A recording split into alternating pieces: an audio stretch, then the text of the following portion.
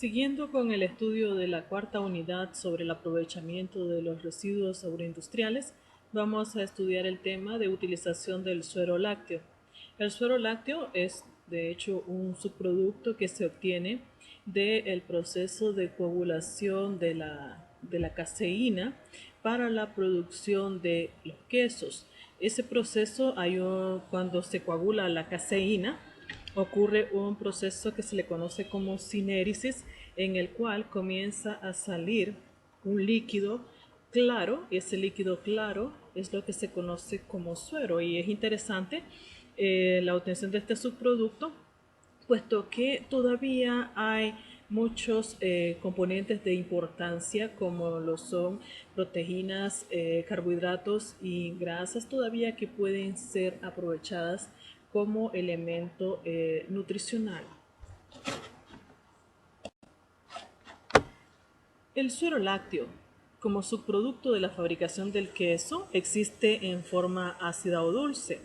En el proceso de obtención por precipitación ácida, se pueden utilizar bacterias del género Lactobacillus o Streptococcus lactis para provocar una producción de ácido láctico en la leche y generar así un proceso de coagulación.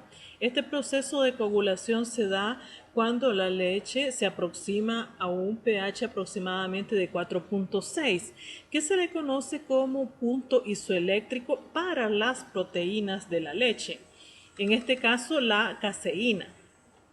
En general, cuando ya el coágulo está formado, comienza entonces el proceso, como ya hemos descrito, de sinéresis, o sea, de salida del suero del coágulo de la caseína.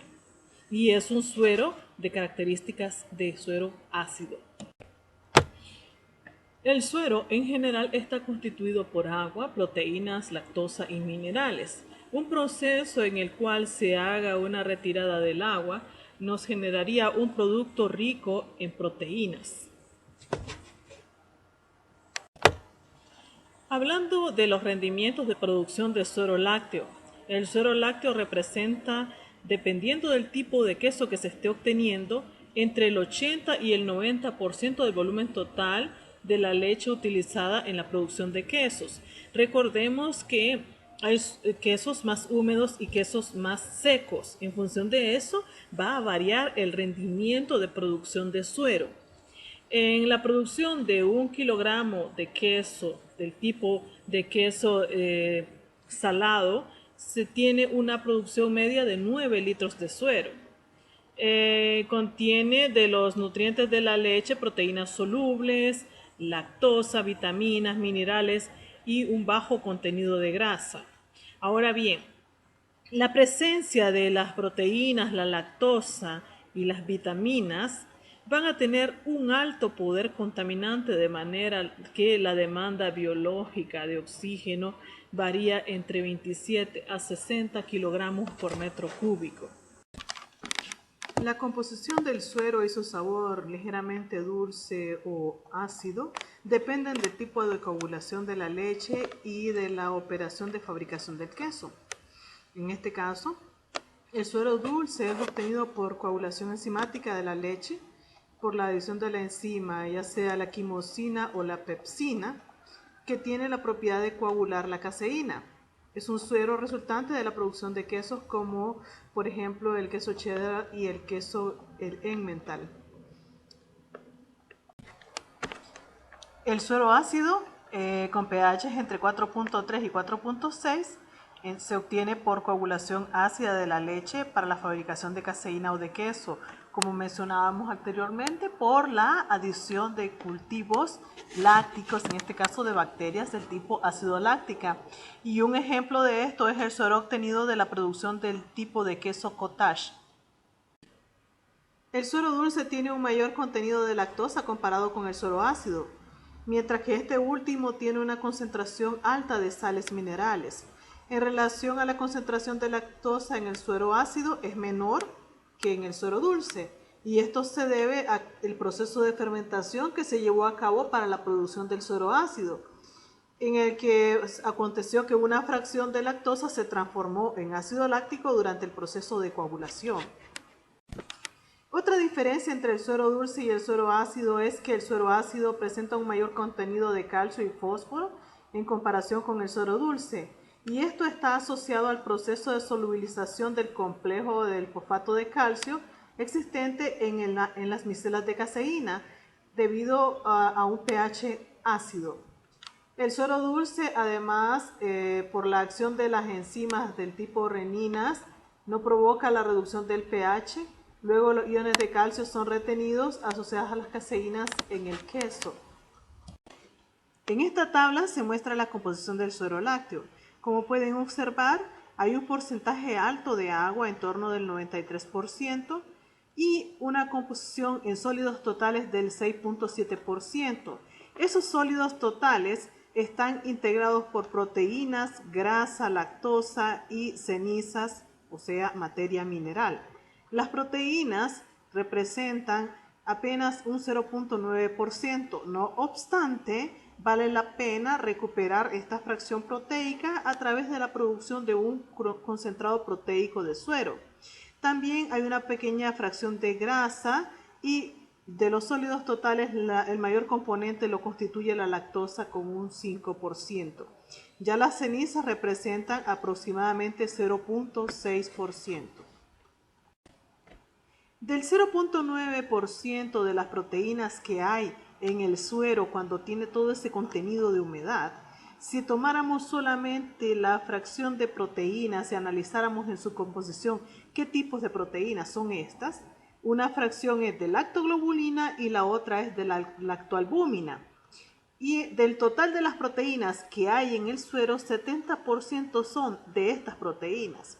Pero además de estas proteínas se encuentra también la albúmina del suero bovino, BSA, la inmunoglobulina, la glicomacropéptido y sus fracciones que se presentan en pequeñas concentraciones en la leche, como la lactoferrina, lisozima y la lactoperoxidasa. La producción del suero en polvo puede seguir dos vías. Una de las vías sería la línea en la cual se va a dar la producción de quesos, o bien una línea directa a partir entonces de la leche cruda, ir a un proceso de centrifugación y microfiltración. En este caso, en esta línea directa, tenemos leche cruda, centrifugación, después de centrifugada la leche para retirar la crema, entonces se pasa por un proceso de microfiltración a 0.8 micrómetros. Después se continúa a una microfiltración de 0.1 micrómetros para eliminar toda la caseína micelar y obtener lo que se le conoce como suero ideal. La otra línea es en el caso de la producción del suero a partir de la leche, que pasa por un proceso de pasteurización, se da el proceso de la producción de quesos. De la producción de quesos se separa la caseína coagulada y se obtiene el suero. Ese suero pasa por una operación que se le conoce como ósmosis inversa para eliminar la mayor cantidad de humedad y obtener una mayor concentración de sólidos. Estos sólidos concentrados pasan por un proceso de evaporación para luego continuar con el secado en spray. Este suero, entonces ya seco, se puede obtener el suero en polvo convencional, se puede obtener el suero en polvo mineralizado y el suero ideal en polvo. En esta tabla se muestra una comparación de la composición química del suero lácteo en polvo. Así vemos que cuando se pasa por un proceso de concentración para lograr que el suero se convierta en polvo, hay un drástico aumento en el contenido de proteínas, pasando de lo que era el suero en fluido o líquido de 0.9% a el suero en polvo entre un 11 a un casi 13% de contenido de proteínas. Lo mismo en el caso de los azúcares totales, que son básicamente lactosas, que va desde 67 hasta casi 74% de concentración de azúcares totales. Ya en el caso del contenido de las grasas, los lípidos en general, el contenido permanece muy bajo en el caso del suero en polvo. La separación de los sólidos del suero se puede dar con la utilización de membranas. La eficiencia de las mismas y el tipo de material que pueda ser separado depende de la composición de la membrana. De esta manera se puede realizar por microfiltración, ultrafiltración o nanofiltración, o bien recurrir a una ósmosis inversa. Además, el mecanismo de separación es influenciado por la temperatura, por la presión y condición del flujo del fluido. La microfiltración utiliza membranas porosas con diámetro medio que va de 0.1 a 10 micrómetros para la retención de materiales en suspensión y emulsiones. En el caso de la microfiltración de la leche, permite la retención de células somáticas, glóbulos de grasa, bacterias y micelas de caseína. Las presiones empleadas como fuerza motriz son pequeñas y difícilmente superan 3 bar, ya que utilizan membranas con poros mayores. Obviamente que el uso de membranas con poros mayores facilita el paso de las partículas a través de la membrana. El otro método de separación que se puede utilizar es la ultrafiltración, y esta se utiliza para la retención de macromoléculas y coloides presentes en una solución. Las membranas utilizadas en la ultrafiltración, si ustedes observan, son mucho más pequeños los poros comparados con los de la microfiltración, ya que aquí tenemos poros de diámetro de 0.01 a 0.1 micrómetros. Como los poros de las membranas de ultrafiltración son menores, es necesario en este caso sí la aplicación de fuerza motriz para obtener flujos permeados elevados. Las diferencias de presión a través de la membrana varían en el rango de 2 a 10 bar. Ya la nanofiltración se trata de una operación que tiene gradiente de presión como fuerza motriz y utiliza membranas con poros de tamaño medio de 1 nanómetro.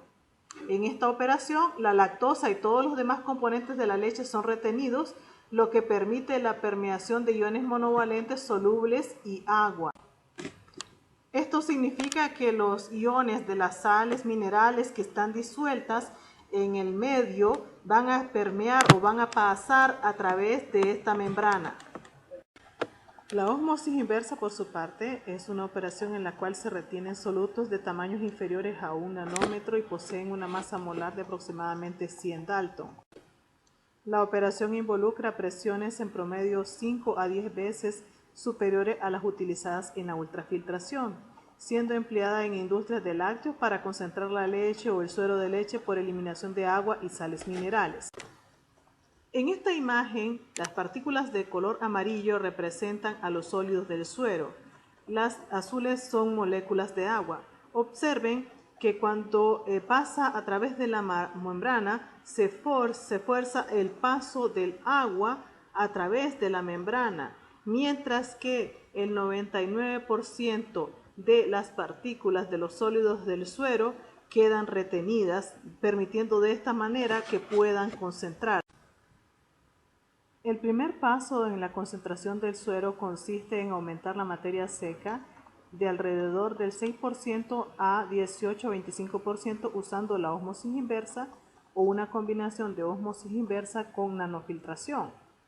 La concentración del suero seguidamente por un proceso de evaporación puede aumentar la materia seca desde un 20% hasta un 45 a 65%. En la figura se muestra un resumen de lo que sería un proceso de evaporación en lo que se tiene una entrada de un producto al cual se le retira agua en forma de vapor y sale entonces un producto concentrado que si fuese el suero saldría concentrado entre un 45 a 65% de materia seca. El secado del suero se puede hacer en secadores rotatorios de tambor o también se puede realizar en secadores de spray. El secador rotatorio de tambor es como el que se muestra en la figura, en el cual hay una alimentación de material húmedo. Este material húmedo entra dentro del secador rotatorio. Hay un sistema de entrada de aire que es el medio que se utiliza para el proceso de secado y seguidamente sale la descarga del producto ya seco. El problema que presenta el secador de tambor implica lo siguiente: es difícil raspar la capa de suero seco de la superficie del tambor. Por lo tanto, se recomienda utilizar rellenos como el trigo o el salvado de centeno, mezclarlos con el suero antes del secado para que el producto seco sea más fácil de raspar.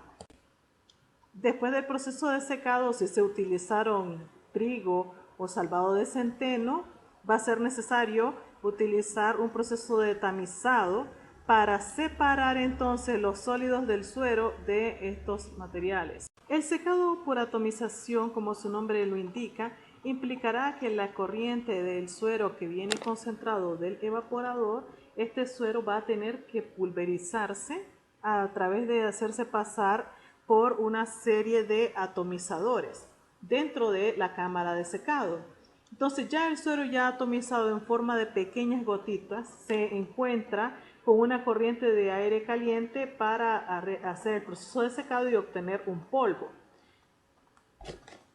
Las principales etapas incluyen entonces la concentración del producto antes de la etapa de secado, que lo constituiría entonces la etapa de evaporación, en la cual el producto puede alcanzar hasta un 65% de concentración. Seguidamente, este suero concentrado entra al spray, donde es atomizado y se crean condiciones óptimas para la evaporación del agua del producto. Esto es porque hay aumento de la superficie de contacto al conformarse la gotícula. Seguidamente está el contacto entre la gota del producto formada durante la atomización y el aire caliente de secado por un tiempo que va de 20 a 60 segundos, dándose de esta manera el proceso de secado y seguidamente la última etapa, que sería la separación del polvo producido. En esta imagen se puede apreciar cómo queda entonces el suero en polvo cuando ya se le ha retirado la humedad y se ha dejado con un contenido final de 3% apenas de humedad.